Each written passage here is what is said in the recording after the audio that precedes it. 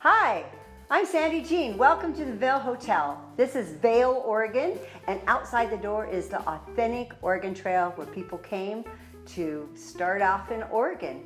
This building was built in 1908 and it is the biggest building in Vale, Oregon. There's quite a story behind this building, and part of it starts off with it they wanted to tear it down. Drexel Foundation has been in existence and was created for the purpose to save these two historic buildings, this building and the Grand Opera House. I'm going to take you up to the upstairs first off so that you can see what I fell in love with.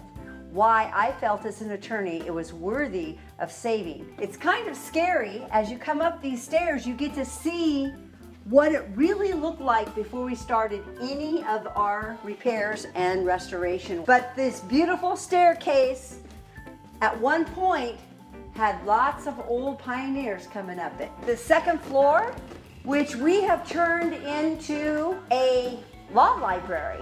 When we came into this room, it was just totally trashed. The bad guys had taken all the window panes and all the windows out, so we had to do every single room that has windows done.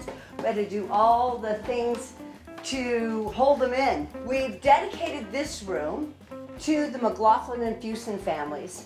There's a picture over there that shows how old I was when I started this journey. It's been a long journey, but well worth it. You can see the lath and plaster falling down over there, and that's the way this side used to look. And it was adopted in memory of Barbara J. Watts, the Gilbert family, and Belden Moran.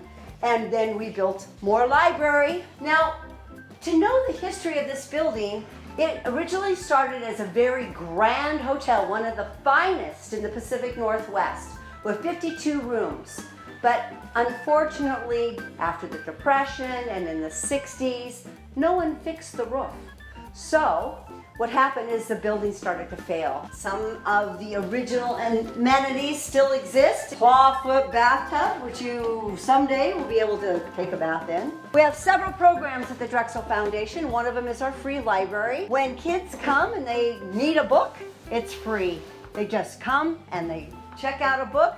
Nope, they get to take and pick one and take it home. The art room. Some of this is personal art and donations. One of the favorite rooms for all the local young ladies is a prom closet. If you volunteer for the Drexel Foundation or do community service anywhere, we give you a free prom dress. This room started out with just about 20 dresses, and now it's got over 300 dresses. Also in this room we have many more dresses, more formal wear for the girls to choose from. But as we go up to the third floor, the configuration is a little bit different in this building. This is Megan's room. Why do I call it Megan's room? Is because Megan painted it, and it's filled with old antiques of my family's. This room was the first room that I came into, and I could sit down and it was clean. Although the third floor back in 1908 was the cheap seats or the less expensive, the view from this room is amazing. You can see the whole town, you can see the mountain. Great configuration here because the rooms are adjoining as they did in the old days. We have old movie posters, old projection equipment,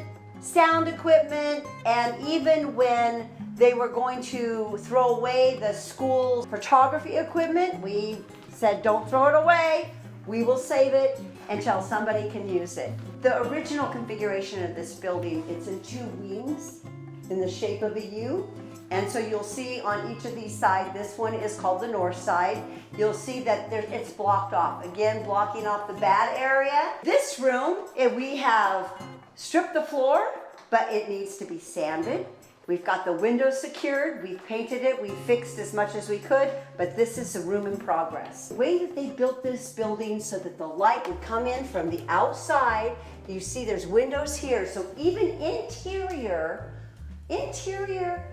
rooms have windows. This is the tux room. You can't have a prom closet without having something for the fellas. So this room has a great configuration because of its wonderful set of windows. But in here, in this additional room, is where we store the tuxes, and the gentlemen, instead of paying to rent a tux, they do community service anywhere, and they contact us, and then we get them a tux for rent. And we're going into the room I call the Russell room.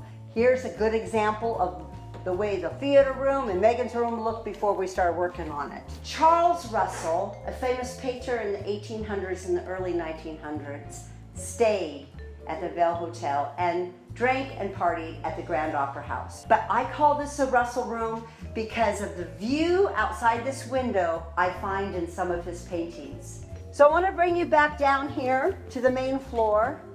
Again, this is the main lobby. It was used as a bus station. It was used as a central place for this community for years and years. They put in what we call a jacking package. In the history of this building, this was a store, this was a restaurant, but directly above this jacking package, this big square box that held up the three floors, was a skylight on the 3rd floor. That skylight dripped down. It destroyed the original beam and column system. It was even with the ground. So our prime contractor came in and jacked it little by little by little by little until we got it level. So that shows you how far the building from those doors had failed. We're going back into the main lobby again.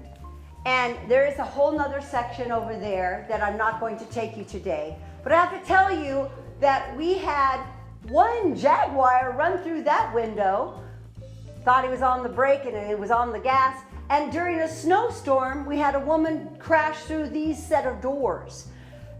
This is on the National Register of Historic Places. So everything that we do to this building has to follow the Secretary of the Interior standards. So when we fixed that entranceway back after it got smashed by a car, then we had to follow and make sure we had the same kind of glass, same kind of wood, and go back to what was original.